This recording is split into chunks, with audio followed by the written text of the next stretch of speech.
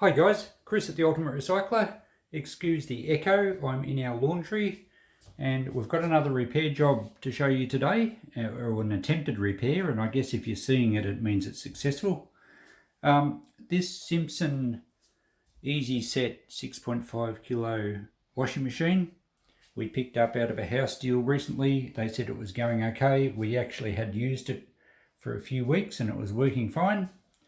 And it's developed a fault, so we'll see if we can diagnose it. I've done a bit of reading online and I think I know roughly where the fault is. I'll show you what it's doing. If we turn it on, we have a flashing display and none of the controls will work. Now, this is what it was doing before. It just constantly flashes with a little bit of a beep, and whatever setting you put it on, it's just non-responsive. Now, interestingly, if you lift the lid, it stops and appears to function normal while I'm holding the lid up. You can select different options. Oh, okay, now you can't. You could before. Let's turn it off and on again. No, it's not responsive at all now. So I don't think though it's the lid sensor, because when we put it down, it's look, it's doing weird things now. But before, when I put it down, it was changing back to that beeping noise, and there we go, it's doing that again. Now if I lift the lid, it actually stops that. So that tells me that I think the lid sensor is working. And for those interested, the lid sensor is actually there's a magnet just under that plastic, and the sensor is in the lid. So if I wave a magnet across that, it thinks it's closed the lid. But that's beside the point, because I don't think that's the problem. From what I've read, it's something on the control board. So we'll take it apart now and have a look at the board assembly. So to access the main board, you've got to do it from underneath the top half, or the top section of the machine. There was only 2 screws at the back and the front clips on. You can see that sensor underneath the top thing, and we have this enclosure here. Now I've taken most of the screws out, and I've also disconnected the water level line, which works on an air pressure thing. So I've disconnected it at the bottom so that we don't strain it and damage it. And also the wiring loom, I've just unclipped from the first clip in there, just so I've got a bit of room to move. So I'll take these last few screws out of this section, and we should be able to access the board. Okay, it's a little awkward because we can't pull this right back out of the road because of the wiring loom, but I can unplug a few now off that board. That's the board where I think the fault is, and there's another control board above that. So we'll take that module out now. Okay, we've got this undone now, and we've just got to unplug the wiring looms. Now I've taken a photo so that I know where the loom sits, just to help me when I'm assembling it, and make sure I get all the wires in the right place so nothing jams. So a simple matter of just unplugging those, and we'll take the module out to the workshop and have a closer look at it. And I've just had Miss Coco come in. Coco, say hi. She's just been for a walk and she's a bit pooped. It's pretty hot here, and she likes lying on the cool tiles in the laundry. Alright, that's beside the point. Let's get back to this job. Okay, I'm out in the workshop now, having a look at this module. Now that's the main control board. Well, the main, I guess you'd call it a logic board or motherboard. And this is the power board. This side actually has the switches and everything on it, and the display. Now the power board, from what I read online, there can be a fault with one of the capacitors on the power board, which will cause this sort of symptom. Now usually when there's a motherboard fault, and if you called a washing machine technician, they would come and replace this whole module. I believe a new part price was about $200. I'm not sure what this washing machine was worth new, but even going second hand, I'd probably only get $200 for it, and I certainly didn't want to spend that on it. I did find a refurbished board assembly on eBay for $110. But anyway, I browsed a few forums online and I found some people talking about the faults that I had, and they said one of the capacitors on the power board bulges and essentially blows and needs replacing, and you should be able to pick up in the video this one right in the middle. I'll zoom in on it. Now capacitors are traditionally a weak link on circuits. They do tend to break down. See, that one's quite bulged on top. And I believe the capacitors have those three sections on them to allow a bit of give when something goes wrong inside, so they don't actually explode. And that one has certainly bulged out. So that looks like it could be the problem. We don't know if something else has caused that to happen, but I'm going to replace that capacitor and see how we go. And we had a look at the value on it, and it's 10 UF 400 volts. So 10 microfarad, 400 volt. And I thought, beauty, I recently bought a pack of capacitors on eBay. I'm bound to have the right one. And as Murphy's Law would have it, I've got every other...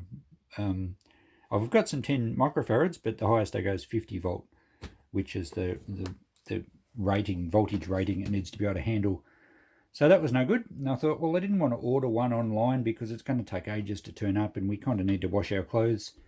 So I had a quick rummage around in my powerboard box at the shop, and this one was the first one I picked up, and lo and behold, this capacitor sitting up here is 10 microfarad 400 volt.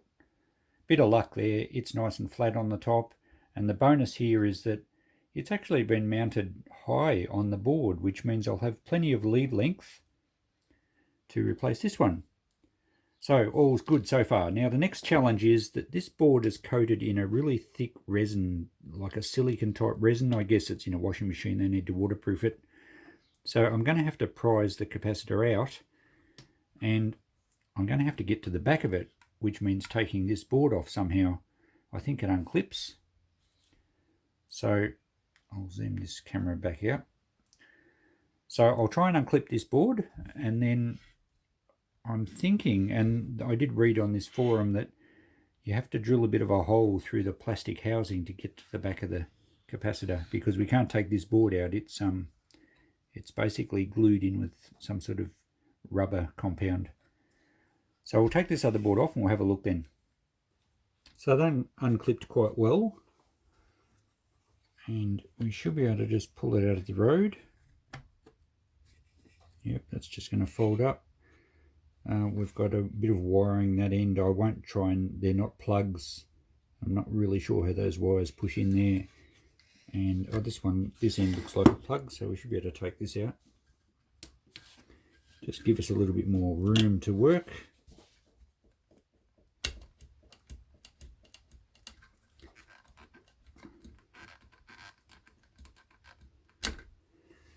Okay, that's got that out.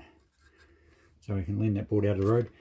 So we are going to have to locate where the back of the capacitor is and carefully drill a neat hole through that housing, and we won't want to damage the board underneath it. Okay, that's where I think the base of the capacitor is. It's not really going to matter if we go a larger hole because there's plenty of plastic here for strength, and it's only really somewhere to clip the boards to. So I'm going to get a hole saw, and we'll do a little bit larger than that. And I'll have to just very carefully work it in because I don't want it to punch through and gouge the back of the other board. So I've taken the center drill out of the hole saw because obviously I don't want to drill a hole straight through everything. And I'm using a cordless drill that I can just go very slowly on, and we'll see how we go.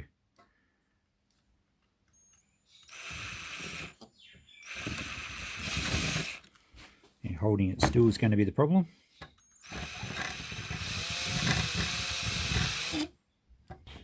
I might have to do the center drill, but only have it go in a couple of mil just to get me started. So I just cut off an old drill bit. It sticks out a few mil. Hopefully it's not too far to cause any problems. I think there's a bit of a gap under that board. So if worst case though, and we happen to touch the other board, we're going to get right underneath that capacitor. And I don't think it'll go that far. Now this is going to be a little bit wobbly because it's a slightly smaller drill bit, but it will give me a bit of a guide to start the hole anyway.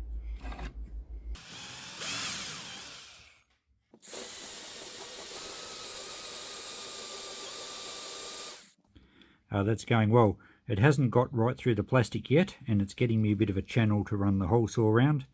Once I get a little bit deeper, I'll take the center drill bit out. or maybe even shorten it a bit further.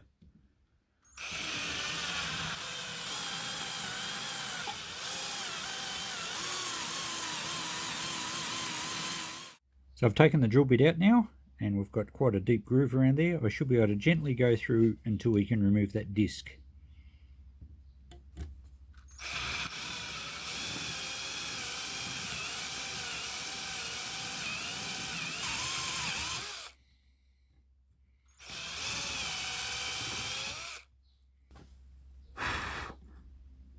Hopefully we've gone deep enough. It looks like it's just about clear. There could well be resin underneath this board as well, so it might be held, looks like it's being held by the resin. So we'll have to do some digging, I'd say. Oh yeah, look at that. So we haven't caused any damage, and the hole saw has started to cut into the resin. I might get a blade and just try and gouge that out, and we'll have to get to the terminals of the capacitor next to unsolder them. So I think this will come out okay. It's not sticking to the board as much as I thought it was. Yeah, it's coming off a little bit, but I think it'll come out alright. It doesn't seem to be overly sticky, it's quite dry. So I'll just have to clean all this up, and we'll identify which solder joints actually hold the capacitor in. So there's a close-up of where we've got to. It's not particularly a neat job. We ended up with these little bits of resin everywhere. It's like a rubber, and even though it's dry, it tends to stick to things just from sort of snagging on the sharp bits. So we've got these terminals there, that one there, and that one there are the terminals for the capacitor. I've marked on the other side which side's negative, so I'll desolder those, and then we'll have to get it out of the resin on the other side. Alright, I think I'll try and put some extra solder on the contacts first, on the joints, because it tends to help desoldering by putting a little bit more on first. And it's going to melt away some of that rubber. Now I've got a desoldering tool. We might try that. It's a suction pump.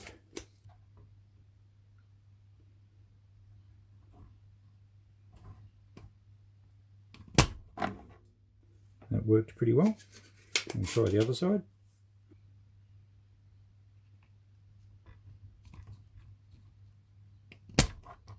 I think that should be good.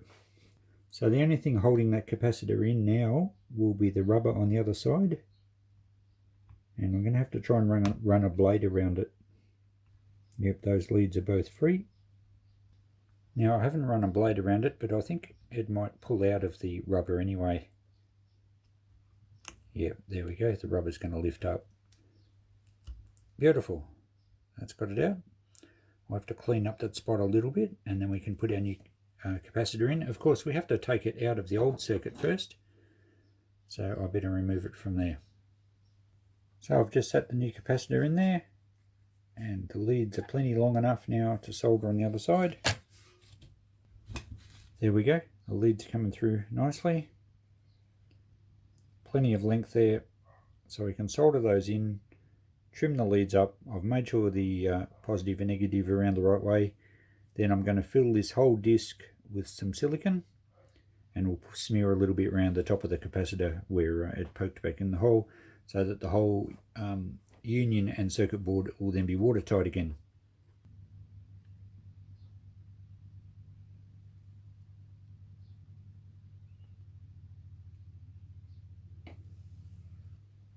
There we go, we'll just snip these wires off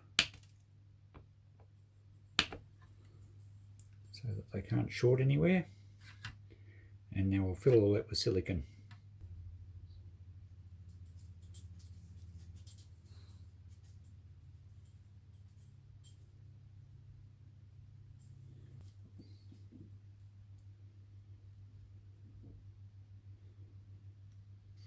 That should be good. Probably that was a bit blurry for you to see probably, When you're working with silicon, I'll zoom back out here.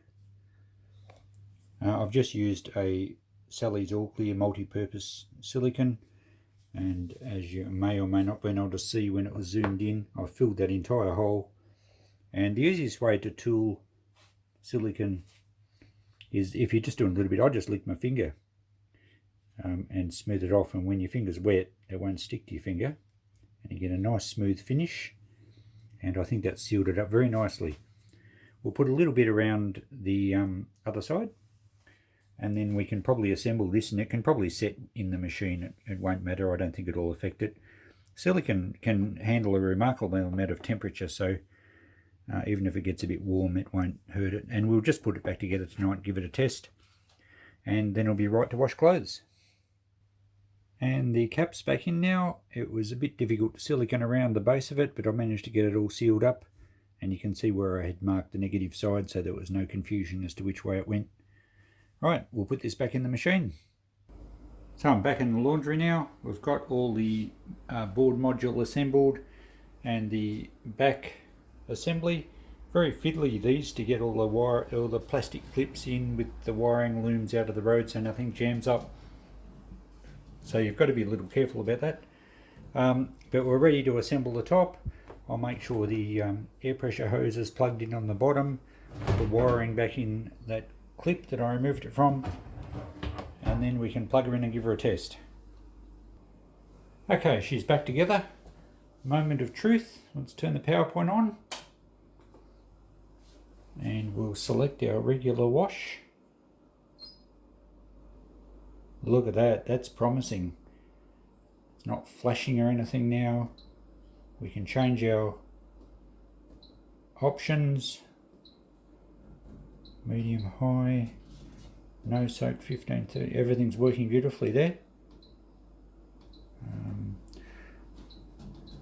So I think we'll go on eco, and we'll flick this over to fast wash. Now I still need to hook the water up, but at least we have control of the motherboard. Everything seems to be operating now. Bizarre that capacitor did just bulge and essentially blow, because I tested it out in the workshop and it was open circuit. So and I noticed from reading forums that a few other people have had the exact same problem, and that's where I had found the instructions to check for the capacitors. It's obviously a fault with this machine, but hopefully we can get a long life out of this one before anything else happens, and if it does it again, well, I know what to do. And look, it's worth a try. If you've got this fault, have a go. You don't need to be an electronics technician to work these things out. Capacitors are a weak link quite often, and when you can physically see that they've blown, well, that's good. It's all just a matter of replacing them. Alright, we better get this load of washing happening. Okay, thanks for watching. Hope I've inspired you to have a go at your own repairs. As I said, it's sometimes just trial and error, and we've saved this machine from an early death, because it wouldn't have been worth paying a tradie to do it. It would have cost us probably $200–300, and otherwise most people would throw this machine in the scrap, or worse, into landfill. So we've saved the machine, we've saved ourselves a lot of money, and we've had a really satisfying repair job, and you've got to share it with me. Alright, so thanks for watching. Catch you in the next video. How's it going? Working good? Perfect. Excellent.